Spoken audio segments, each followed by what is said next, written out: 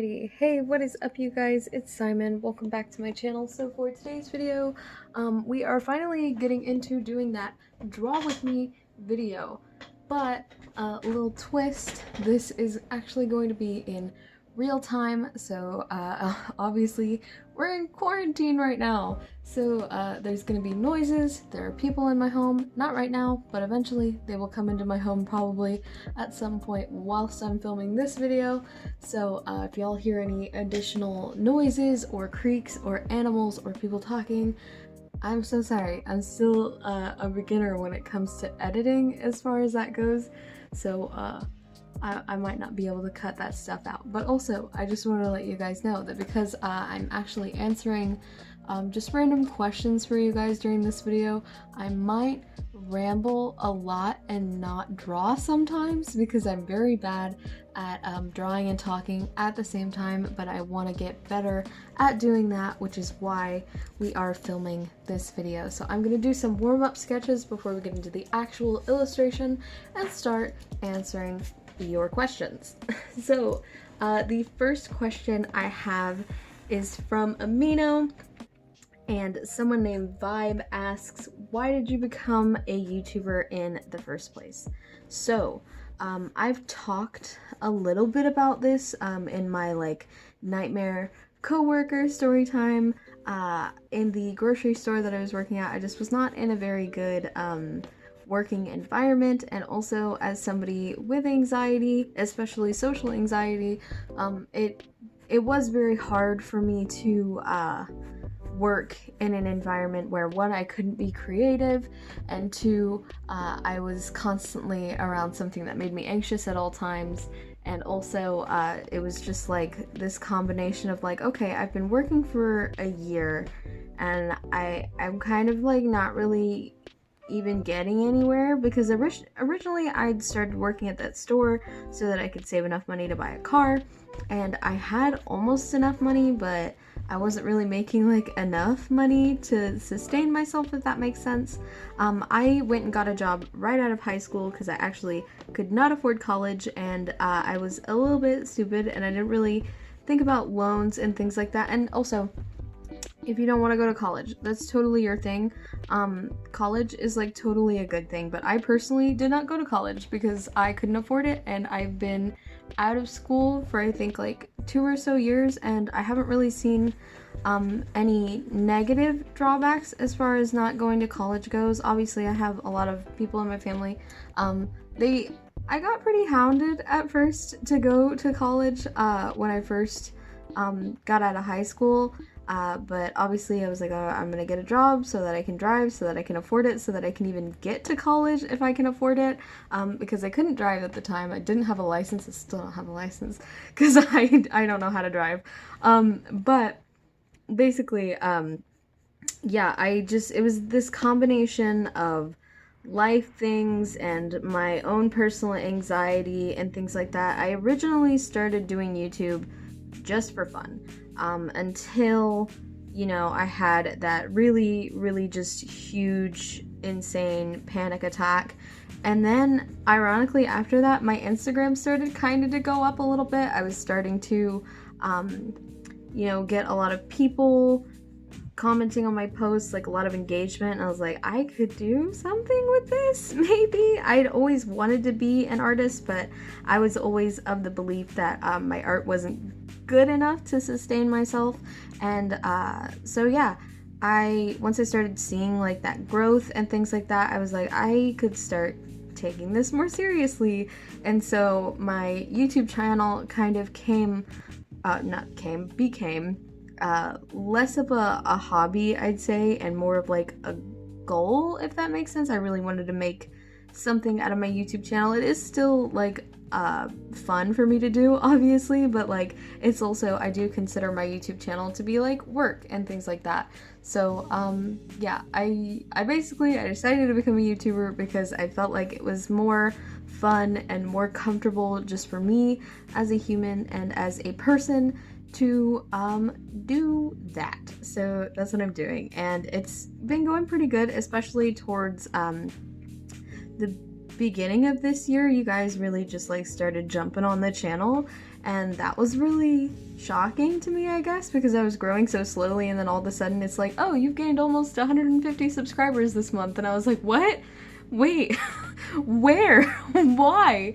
So yeah, that's really exciting, and obviously, you guys know I was doing, I think it was 2 videos a week towards the beginning of this year, and I do intend on getting back to that soon. Obviously, you guys know, well, maybe you might not know if you're new to the channel, since so many newbies are here. First of all, if you're just joining or you've recently joined, welcome to the channel. I do art stuff on here, so thank you for subscribing and checking out and what have you. But if you're new here, you also might not know that I went on a hiatus towards the end of March and early April, and ever since then I've been kind of on a wacky upload schedule, and that is going to change sometime soon, I hope. I'm kind of having a little bit of art block, but I have some plans to help me extinguish that art block. I should be sketching with my bad pencil, actually. I just realized this is my nice pencil with my nice lead. I can't get it out. But yeah, so I went on hiatus, and now I'm on a weird schedule, but I am hoping to get back to 2 videos a week here very soon, because I am starting to feel a little bit more motivated and a little less scared. So there is that. The next question I have is from Nimbus, also on Amino, who asks, how long have you been drawing and how did you get so good at it? So first of all, thank you. But second of all, I've been drawing, every artist says this, and I've said it in several videos, my whole life. Ever since I can hold a pencil, I've been drawing. But it's genuinely serious. Like, I was the kid that, I don't know if I've actually told you guys, I had a basement in my old apartment back when I was a little kid, and it was made out of, like, just exposed, is it exposed drywall? I don't really know how to describe the surface of the wall. It was like almost chalky, and then the floor was made of concrete, but essentially it was the perfect surface to draw on with chalk. And my mom figured that out pretty swiftly, so she got some chalk, and I would just draw all over the walls. But the thing is, because of the texture and because it was chalk, you could just wipe it all off, so it wasn't like anything like permanent sort of thing. It was just like I could draw and like get my little creative juices flowing. And I actually drew on, I think I had like this little, was it like a Fisher Price, like those plastic doll houses? I drew on the walls of that too, which wasn't as erasable. But yeah, I would pretty much draw anywhere and everywhere. I made comics when I was a kid. I remember I found one the other day. I was going through like an old dresser or something, and I had like made some kind of comic in like 5th grade or something about Miley Cyrus going to prom, but I think I was Miley Cyrus. I don't know. It's this whole thing. I was little. I was like literally in 5th grade or 4th grade, probably. Maybe 3rd grade? I don't know. I was in elementary school. I was small. And so yeah, I just did stuff like that all the time. Very artsy stuff. But I started being like really serious about it when I was maybe in 6th grade. Also, I just said it. I'm gonna say so many times in this video because I'm trying to form thoughts and processes, and it is hard. So I'm gonna do that a lot. I know I do it in voiceovers a lot as well, but it's gonna be extra difficult and said quite a few times during this particular video. So apologies for that. But yeah, I started taking it seriously probably around 6th grade. If you want to hear the story about how I got serious about it, or what specifically made me very serious about it, I would recommend you to go and hop on over to my updated Q&A video. I think it's like my, is it like a pinned video, or like it's like the channel trailer, but it's not. Or maybe it's my Meet the Artist video for 2020. I think I do talk a bit about that story in there, but I also have talked about it in a couple Q&As, so if you're interested, I don't want to bore you guys who have sat through that same story. a bajillion times. So yeah, if you're interested, go check out one of those videos. I'm sure you will find an answer. Also, notifications are gonna go off during this video because I have to keep my devices on because I'm trying to do this in real time as much as possible, and I did ask you guys almost directly before I started filming this video for more questions because I realized that I didn't have enough to actually film a video, so I am actively answering your questions as I receive them. So there's that. Hopefully that's not too annoying. I don't think they'll go off too often, but if they do, sorry about that. Okay, so our next question is also from Amino. Actually, the next few are going to be from Amino, and I'll just tell you guys when I switch platforms. But the next question is from RedFox14, who says, how do you draw eyes so well and keep your lines so smooth? So again, thank you. I think I can actually do like a little sort of mini tutorial for eyes right now, because I feel like that's the easiest way to describe it. I actually am working on actively changing how I draw eyes, but because you obviously are coming here to see how I draw them now, I'm going to show you how I draw them for right now. So I've talked about this in one video before, I can't remember when, but a long time ago I saw a tutorial either on Tumblr or Instagram or something that basically said that your eyes are half an eye's width apart from the face, one eye, and then there's another eye spaced in the middle between your two eyes, and another one, and then another half on the side of your face. So that's how I space my eyes out for every single illustration. Obviously it varies between person to person. Some people's eyes are closer together or farther apart, like if you're illustrating, I can't remember the exact thing, but if you look at like Steph Zaniotti, she's gorgeous. I love her so much. Her eyes are farther apart than normal, so if you are trying to do something like that, obviously this guideline thing isn't going to work, so you can adjust it to however you like, but this is just how I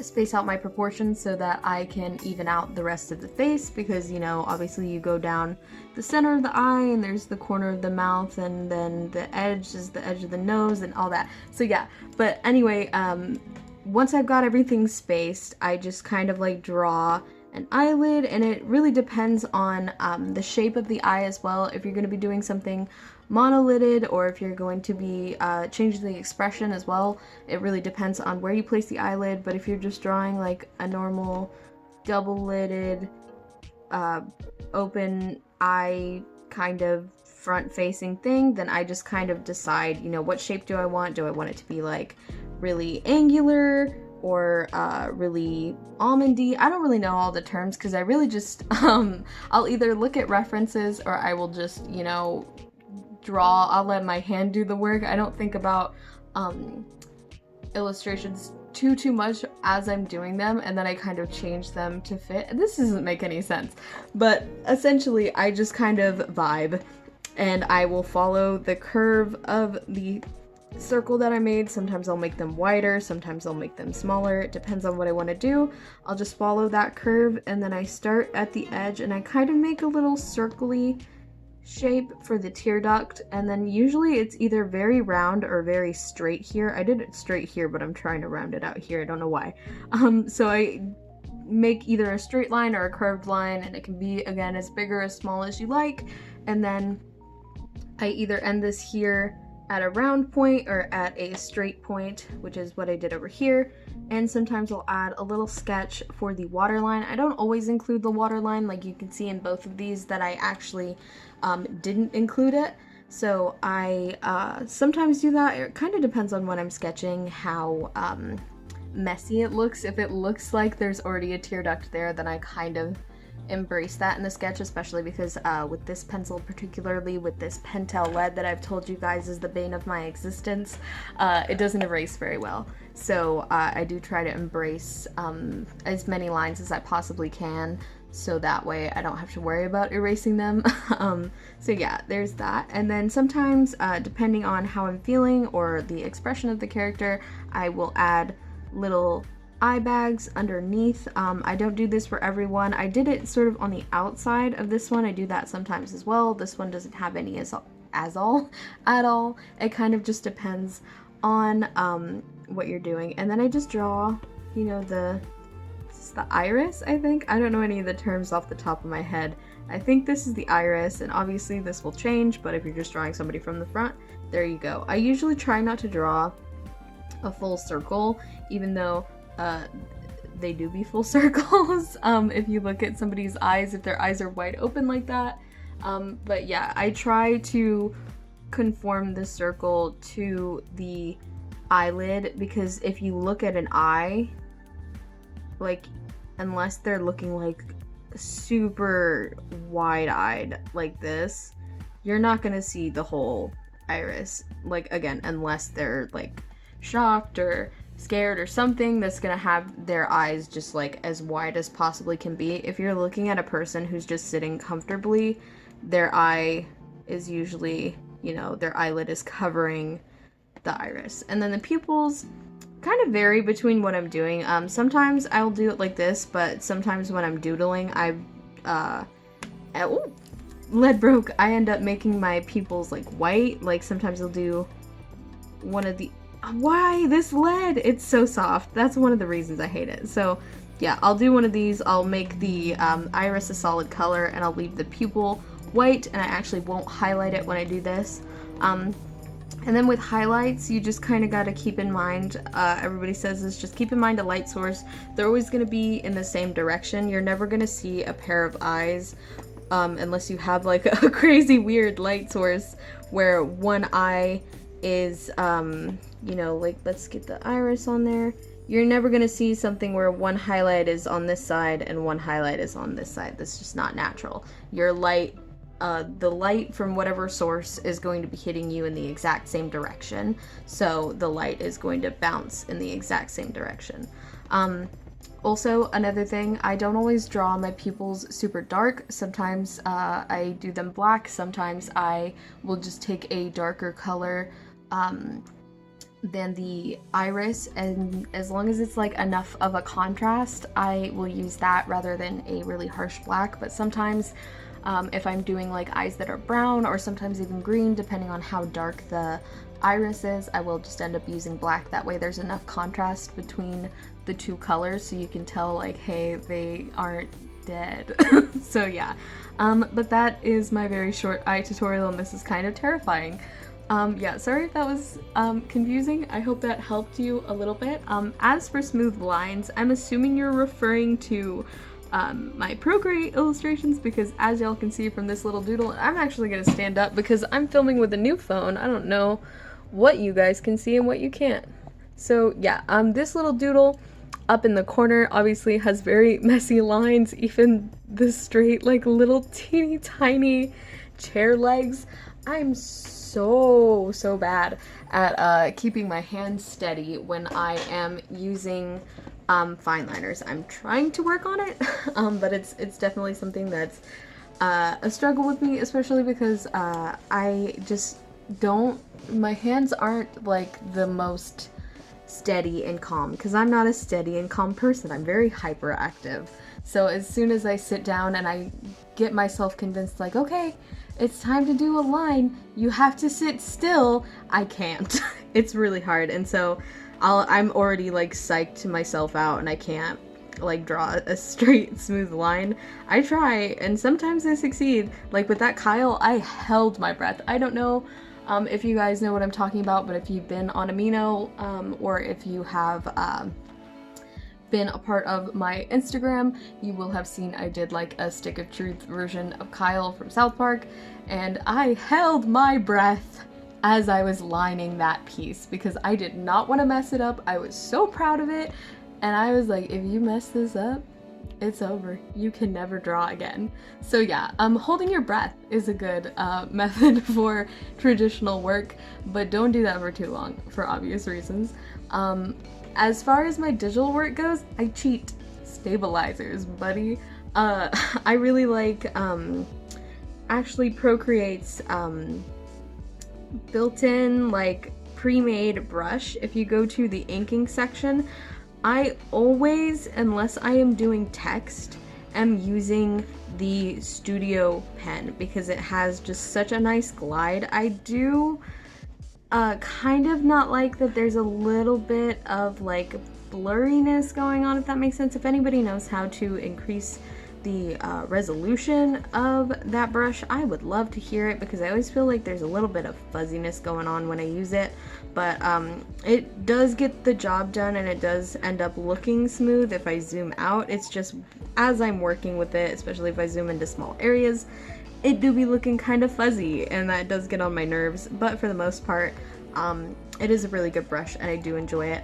If I am handwriting something, I will, usually if I want it to look like my natural handwriting and not anything that's super smooth, I will use the, I think it's the technical pen, because it's like the studio pen, but there isn't as much as of a, I think they call it Streamline on Photoshop on Procreate rather than Stabilizer. But the technical pen doesn't really have that, so it's just kind of like I can write like normal. But if I were to do that with the studio pen, something, they call it something, if I were to do it with that, it would not work. You wouldn't be able to read it, because my handwriting is too fast for the brush to catch up, essentially.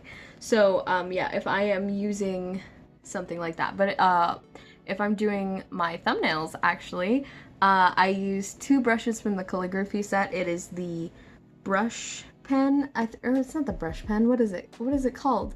It's the thick one, it's the brush, in the pre-made calligraphy one. And then if I'm doing not the thick text, like usually I'll use this as like accent text. I'm sure it might be somewhere on this thumbnail as you guys have clicked on it. That brush is the monoline brush, because I like that it doesn't really vary in line weight. It's just all kind of, you know, one line weight. And that is something that I really like for hand lettering and things like that, if I'm doing small details that I don't think are the center of focus, or are just like the main part of the illustration. In fact, if you go on Patreon, I do have some, I have 2 monthly wallpapers if you do the $5 and up tier, and on the, usually it's the first wallpaper of the month, I just have like, you know, the tiled wallpaper type thing. But the second line art of the month, or not line art, the second wallpaper of the month will have like a tiled thing, but it also might have like either a mini illustration as the tile rather than just a bunch of little small illustrations, or it will have some sort of text, like this month's was for like May flowers, so I had like the little peonies from my Instagram that I sort of cleaned up a little bit and tried to make really cutesy, and added some hand lettering to that. So yeah, that's what I use for those. Next question is from Mitch 0101010100, who asks, what are your inspirations? And this question was also asked by Mochivin and Cypheraf. I'm sorry if I said that wrong. So my inspirations, I actually wrote this one down beforehand because I knew I was gonna have trouble coming up with these off the top of my head, and I know I still am going to. So I'm just gonna list off some, but there are so many more than this because I am just inspired by so many things and people and artists and illustrators. So yeah, definitely this is not a complete list of people that I enjoy, and I would heartily encourage you to check out people that I'm following on Instagram and on TikTok and on YouTube as well, because I know that's something that I do. If I find somebody that I'm really inspired by, I dig through their following to see who all they're following. But off the top of my head, or that first came into my feed that I was like, yes, you, were a couple from TikTok. So we have Citrus Friend, Grossman Art, and Fauna Para? Something like that. I love all of their work. Fauna and Grossman Art do a lot of like floral or nature based illustrations, and that is something that I really struggle with and am looking to get better. I'm sorry if this shakes so much, by the way. I'm filming on a new phone. Thank you, friend, who got me the phone. I very much appreciate and love you so much. But it is a chonky boy, so he definitely does shake around a little bit more when I bump the table. This is not going to happen for long because I found an overhead phone tripod on Amazon, so that's going to be coming so soon. You won't have to ever see my pink Copic case or a weird angle for the videos ever again. But yeah, so what was the question? Oh, right. So yeah, those people on TikTok are great. Citrus Friend also does a lot of fan art and illustrations like that I just think are super dope. I love them. I also follow them on Instagram, and I think everybody here should too. They're awesome. So next are my Instagram inspirations, and this is where I know this list is far too small, so I would highly recommend checking it out. But people I have on here are the only Calorol / douche stuck, which, like, I know it's Homestuck on Main, but like I just love how they stylize everybody. I love how they color. As somebody who is aspiring to make a webcomic in the near future, hopefully, I just think that their style is wonderful, and I'm like interestingly captivated by their storyline. So yeah, and just their style is really cute. Next we have Tomatka, who also has a YouTube channel. Love their art. Lowish, two of my best friends, Overcure and Alice the Art, and like just a ton of other ones. Again, like go look at my Instagram following feed, because I swear there's so many talented people in there, and I can't even begin to, you know, list them all off the top of my head, or even just find them fast enough to be like, yes, this is you, because I follow so many people, because so many people are like really inspiring to me. So yeah, would recommend checking that out. YouTube, these are some really obvious answers by Bailey J, Casey Golden, Drawing with Waffles, Catvalk, so many amazing art YouTubers on this platform. I love them so much.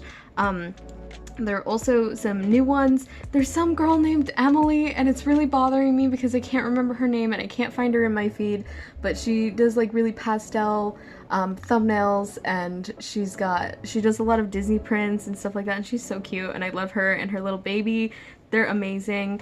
I really enjoy watching her videos. She's also like another very small creator, so if you like supporting smaller YouTubers, I will hopefully remember to link her in the description, or hopefully some of you already know what I'm talking about. Maybe she's ended up in your feed before, but I really hope I remember to list her because she's amazing and I love her.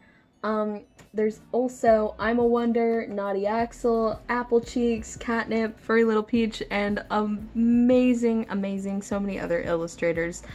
So yeah, I think I have my subscriptions public, so if you guys want to see who I'm subscribed to get some inspiration and things like that, I would recommend definitely doing that, because there's so many awesome people on every single platform that I just love watching and things like that.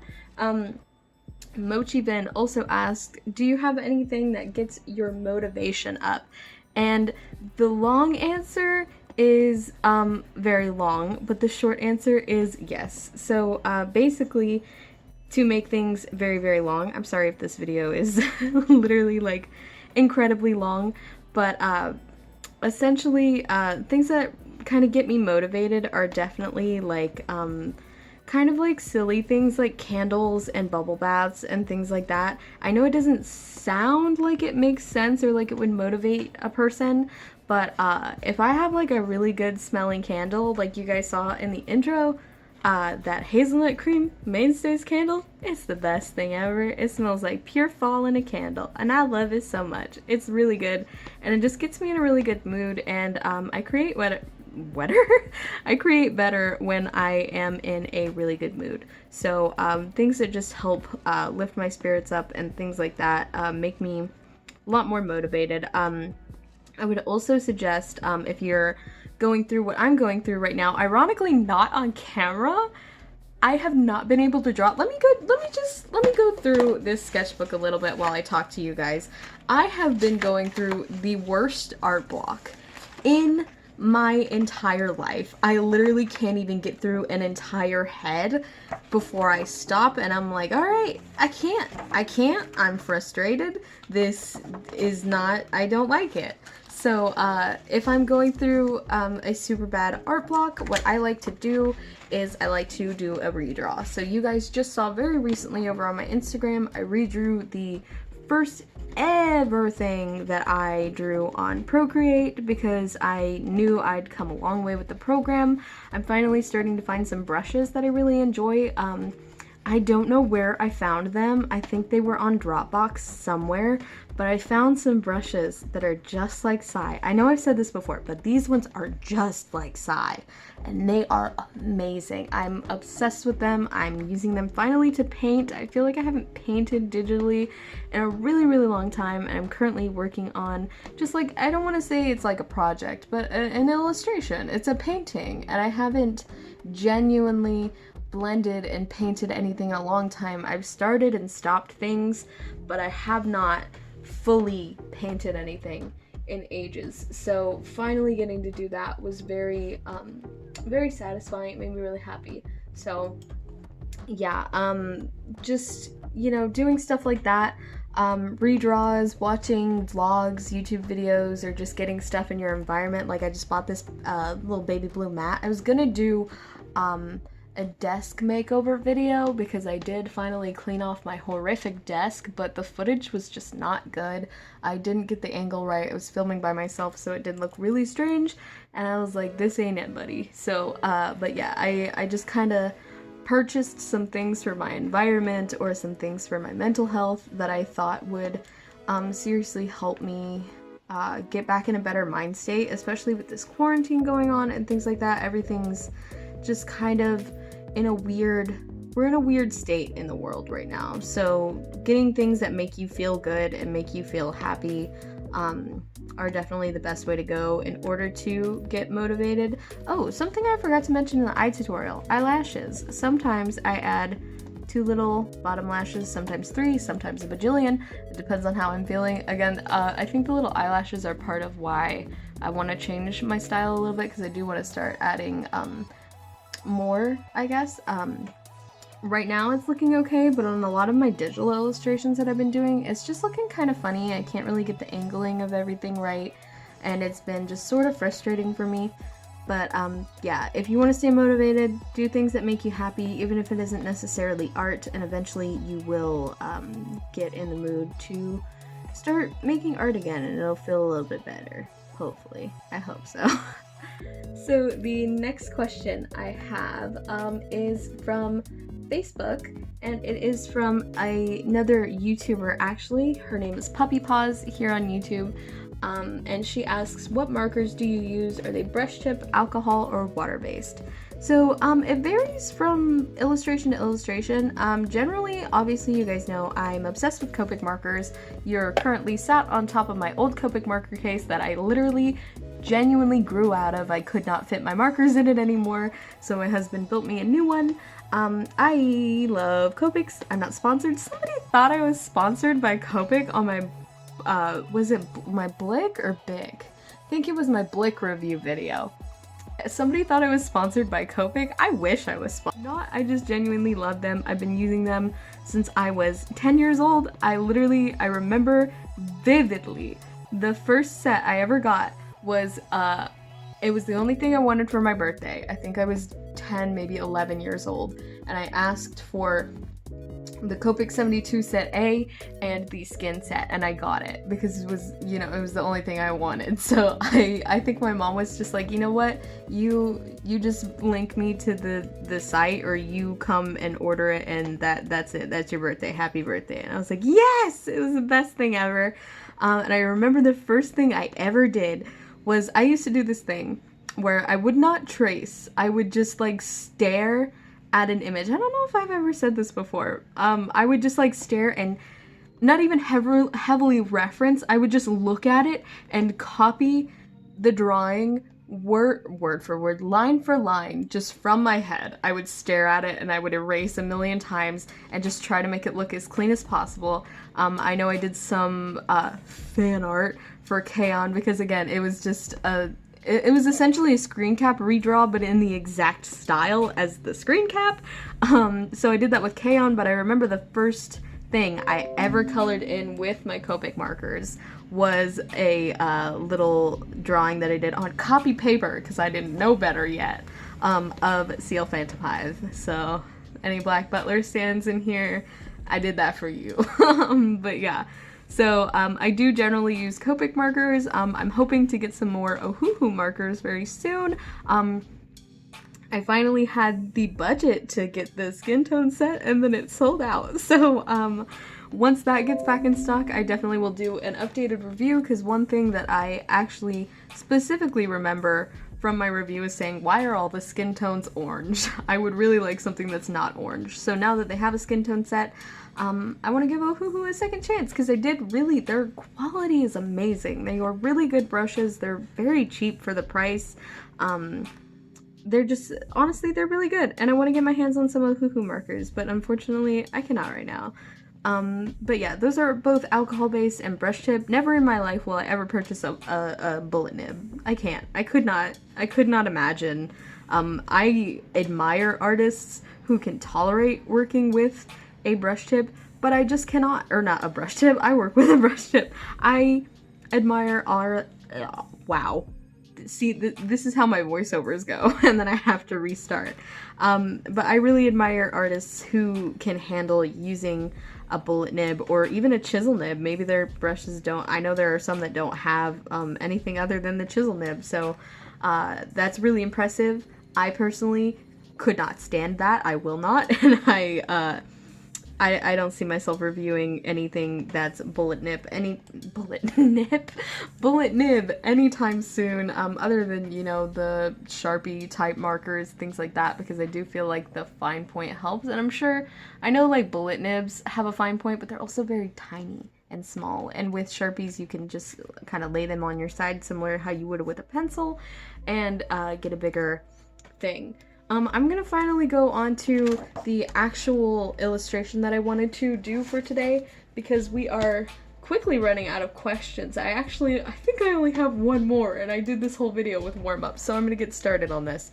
But I'm gonna try to spend most of my time answering this question and or checking to see if you guys have asked me any more. But this question is from Black Suit Loki is my Loki on Instagram, and also me too. Like, quick tangent off topic. Loki in Ragnarok, chef's kiss. He is so, yeah, that's my boy. Okay, another quick tangent. I'm a fake Marvel fan because as a teenager and stuff, I didn't really care about Marvel. I saw some of I almost said Harry Potter movies because I've been watching a ton of Harry Potter. I saw some of the Captain America movies in theaters. I know I saw Winter Soldier in theaters. I saw, I think, Civil War in theater as well. But it just wasn't like, I wasn't like a Marvel stan, you know, until last year, Pride. My friends forced me to go to Endgame. And it was so much. I saw Infinity War literally on Netflix minutes before we went to the theater. We finished the movie, and I didn't pay attention the entire time we were playing Infinity War, or watching Infinity War, because we were also playing a game as that was happening, so that didn't get done. But I did go and see Endgame anyway, despite me not paying attention and not being caught up with any of the movies. And then I was like, oh no, I loved that. That was amazing. What have I been missing? And so I got really into Captain America for like a few seconds, like a hot second. I loved Captain America. Because obviously that was the franchise that I knew the most about. But then I saw like some fan art of, I think it was Thor and Loki.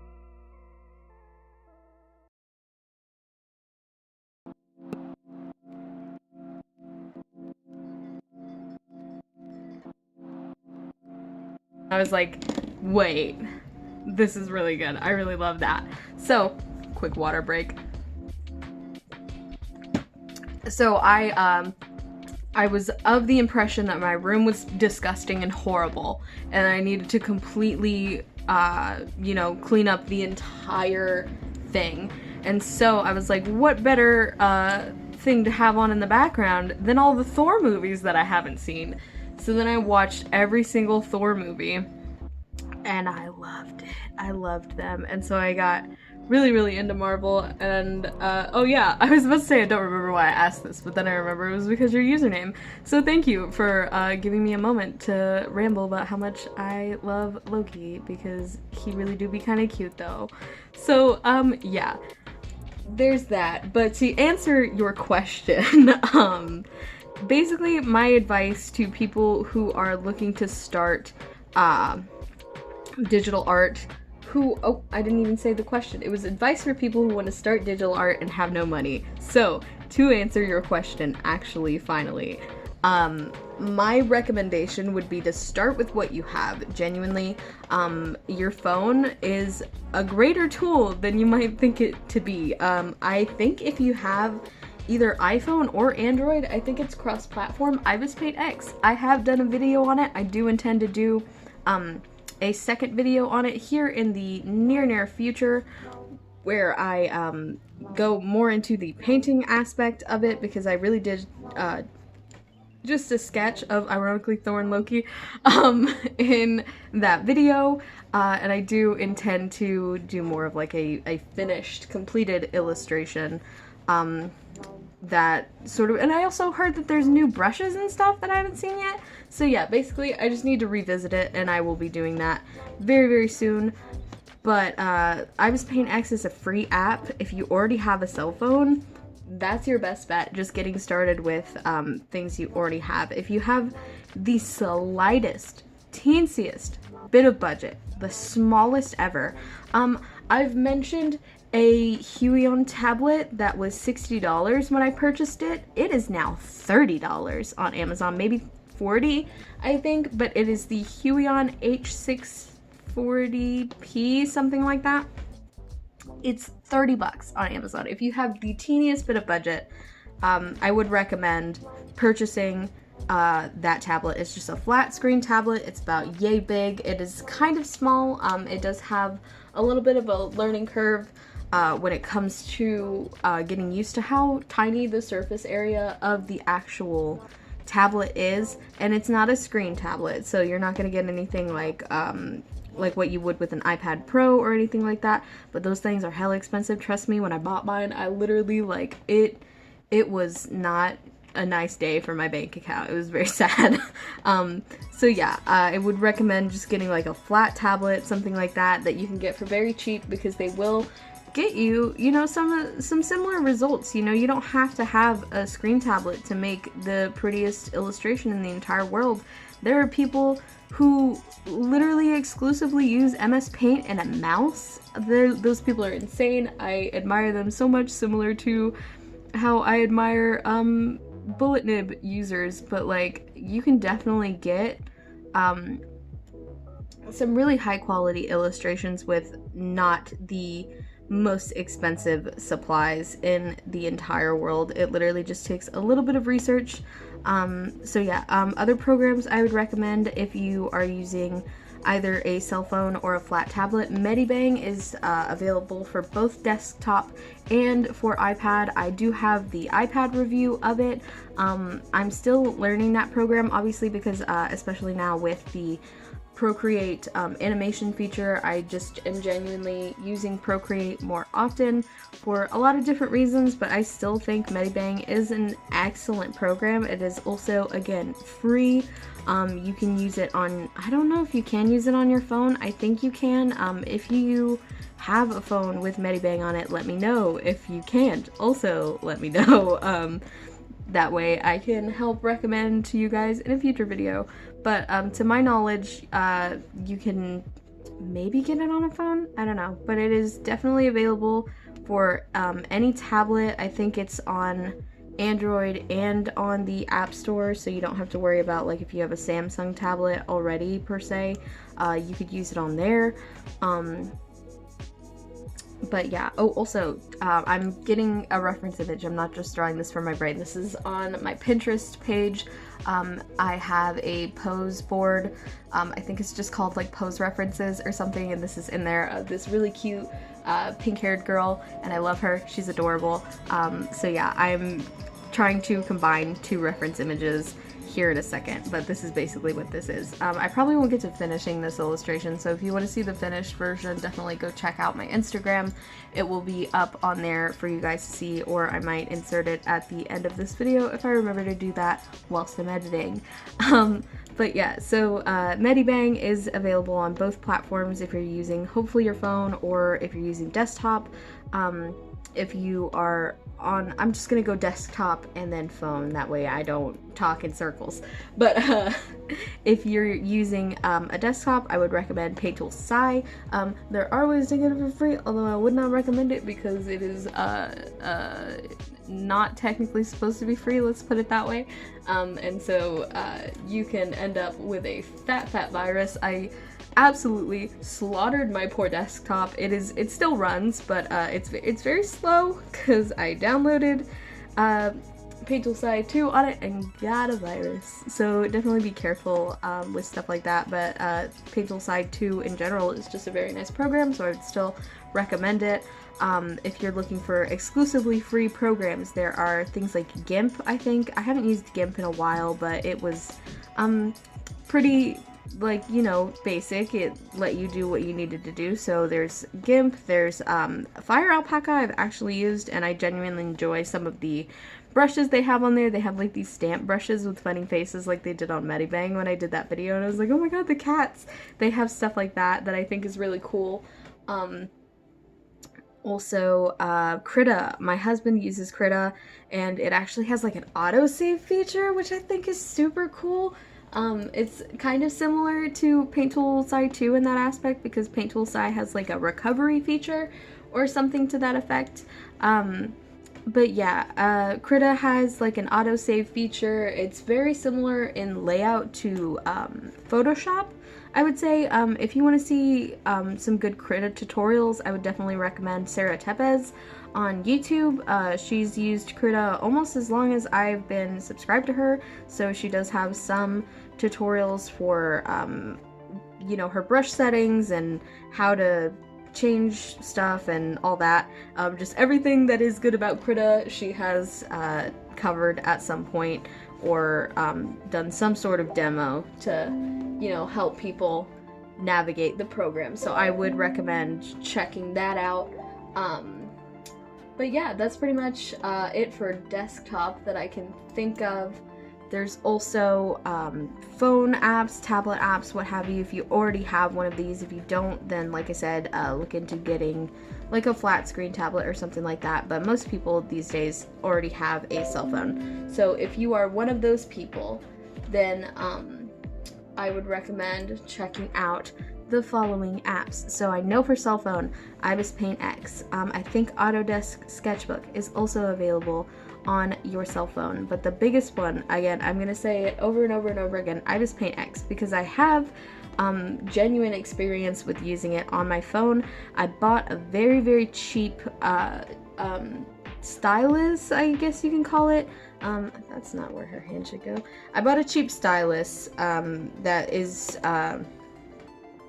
you know, it's like a pen. I don't have it on me currently, but it's basically an Apple Pencil, but a little different and a little scratchier for your surface. So I would recommend using it with the screen protector.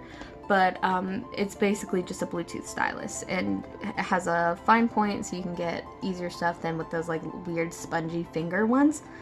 But yeah, so definitely look into one of those, because it will help with your illustrations and things like that, so that things look a little more streamlined.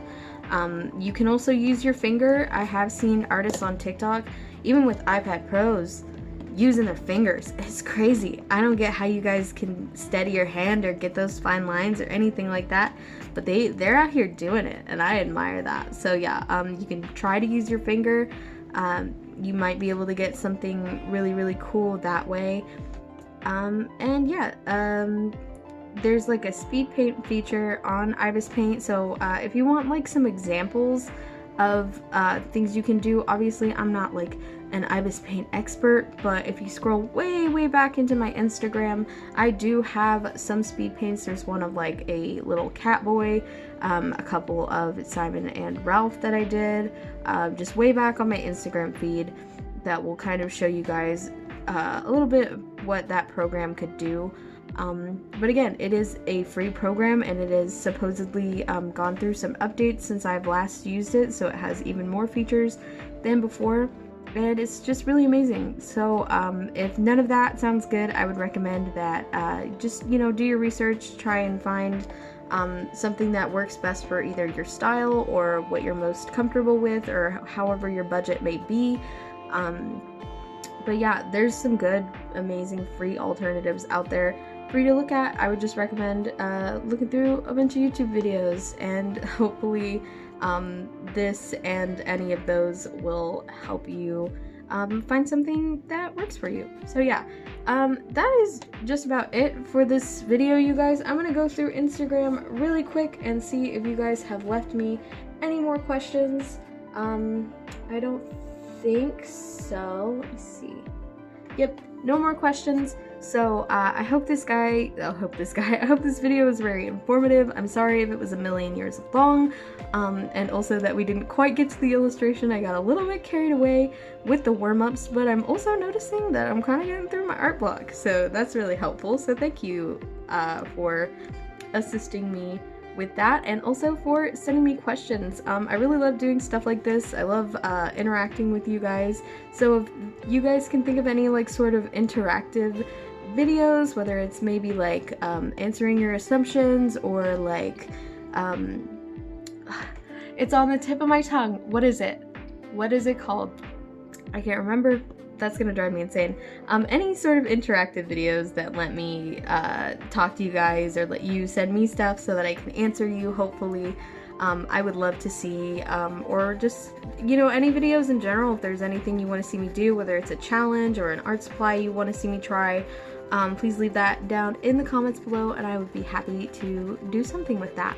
So thank you guys for watching this video. If you liked it, don't forget to subscribe. We are super close to 1,000 subscribers, which is insane to me. I genuinely cannot believe that so many of you have joined so quickly. I am going to be doing like some form of celebration, whether that be, I've seen some people recommend a giveaway, some people have recommended a draw this in your style, some people have been saying like a drawing your OCs video, which I've done before.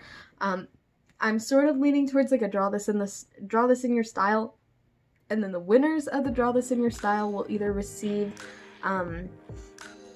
a commission, or they'll receive like a drawing your OC thing, so that way we can do like a couple different things. I also, if I end up doing a draw this in your style, will be featuring every entry on both my Instagram and on my YouTube channel when I announce the winners, because, you know, obviously I want everybody who's subscribed and who joins to be able to get their work out there as well, because y'all are supporting me and I want to support you too. So that's something that is gonna come about in some sort. I'm definitely leaning towards draw this in your style, but I do want to combine that with some sort of like, if you win the draw this in your style, you get this. Anyway, I'm rambling again. This video is already so long. I'm sorry. I love you guys so much. If you do want to support me alongside subscribing, be sure to check out the links in the description where you can find out all my other social media, as well as my Patreon, where I do a lot of cool stuff on there. I do tiled wallpapers like y'all heard me talking about. I do line art illustrations that you guys see me do speed paints of every single month. And yeah, you can just find a lot of cool stuff on there, as well as find your name at the end of these videos with awesome people like Elise Thompson. So thank you so much, Elise, for continuing to support me every single month. And again, thank you to all of you who have joined the channel so swiftly. I love you guys so much, and I will see you guys next time. Bye.